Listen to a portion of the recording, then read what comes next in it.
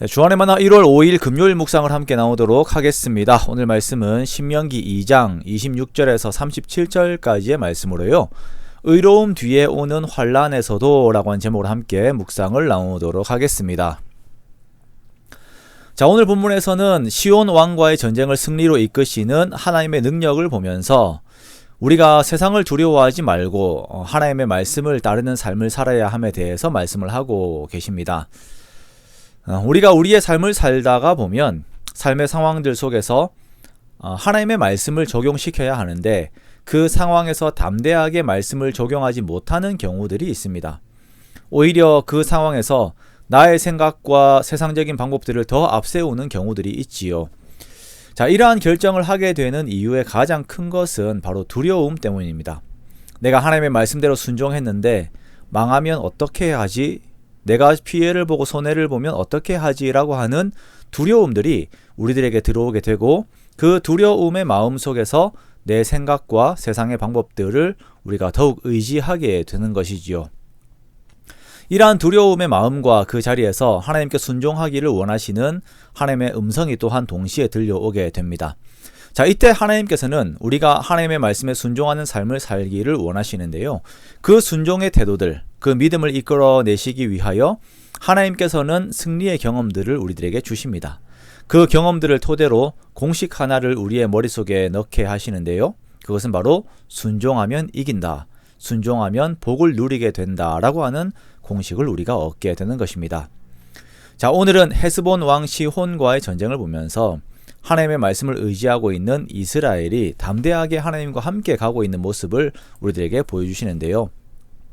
이스라엘이 행진을 하고 있을 때에 이스라엘이 아모리 사람의 땅을 지나가야 하는 사정이 되었습니다. 그래서 모세는 먼저 헤스본 왕 시혼에게 사신을 보내어서 평화의 말을 전하면서 제안을 합니다. 나를 내 땅으로 통과하게 하라. 내가 큰 길로만 행하고 좌로나 우로나 치우치지 아니하리라. 자, 이것은 왕의 대로라고 하는 이제 큰 길로만 지나가고 일반 사람들은 건들지 않겠다라고 하는 것입니다. 지나가기만 해달라라는 것이에요. 자, 이러한 제안은 하나님께서 에돔과 모압과 암몬 족속들에게 이렇게 행하라라고 하신 그 내용입니다. 모세는 이 상황을 시혼에게도 동일하게 제안을 합니다.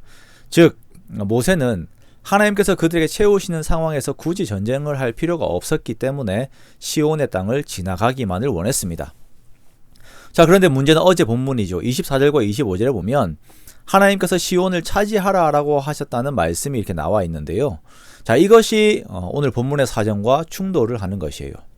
하나님께서 차지하라고 하셨는데 그러면 모세가 지금 시온을 속이고 있는 것인가? 아니면 하나님의 말씀을 거역하고 있는가? 자, 먼저 우리는 신명기가 사건의 한참 이후에 쓰여진 것임을 알아야 합니다. 그래서 시혼을 치라고 하는 명령이 시온이 먼저 도발을 한 이후에 주어진 명령일 확률이 큰 것이죠. 그리고 이 사건이 있는 민수기에서는 시온을 치라는 명령이 나와 있지도 않아요.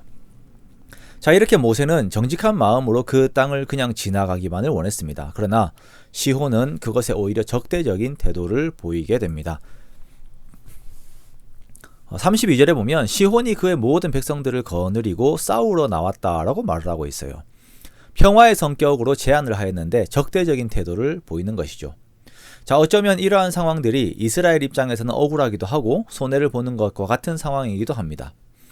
자, 우리들도 보면 그럴 때가 있지요. 나는 선한 의지를 가지고 돕고 제안을 했는데 오히려 상대 쪽에서 나를 더욱 힘들게 하는 경우들이 있다는 것입니다.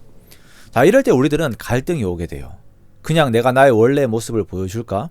내가 왕년에 어떤 사람이었는지를 보여줄까? 라는 마음이 들면서 세상적인 방법을 쓰고자 하는 시험이 올 때들이 있다라는 것입니다.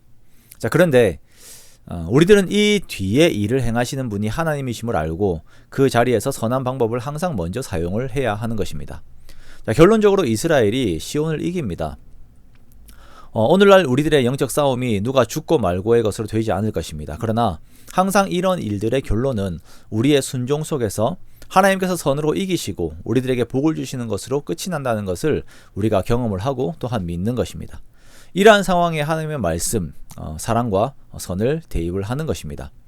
그렇기에 주님께서 말씀하시기를 온유한 자는 복이 있나니 저희가 땅을 기업으로 받을 것임이라 라고 하셨습니다. 그렇게 우리는 세상의 방법이 아닌 주님의 방법으로 삶을 살아가되 의심과 두려움이 없이 살아가는 것이에요.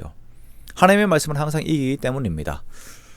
우리가 2024년의 첫 해를 보내면서 많은 마음의 각오들을 하실 것이에요. 이 각오들 중에 의롭게 살 것에 대해, 화평을 요구하며 살 것에 대해, 더 사랑하며 살 것에 대해 각오를 다지는 우리가 되기 원합니다. 그렇게 주님의 방법 뒤에 오는 주님의 승리와 평안과 형통 속에서 항상 만족하는 저와 여러분의 복된 삶이 되시기를 주님의 이름으로 축원합니다.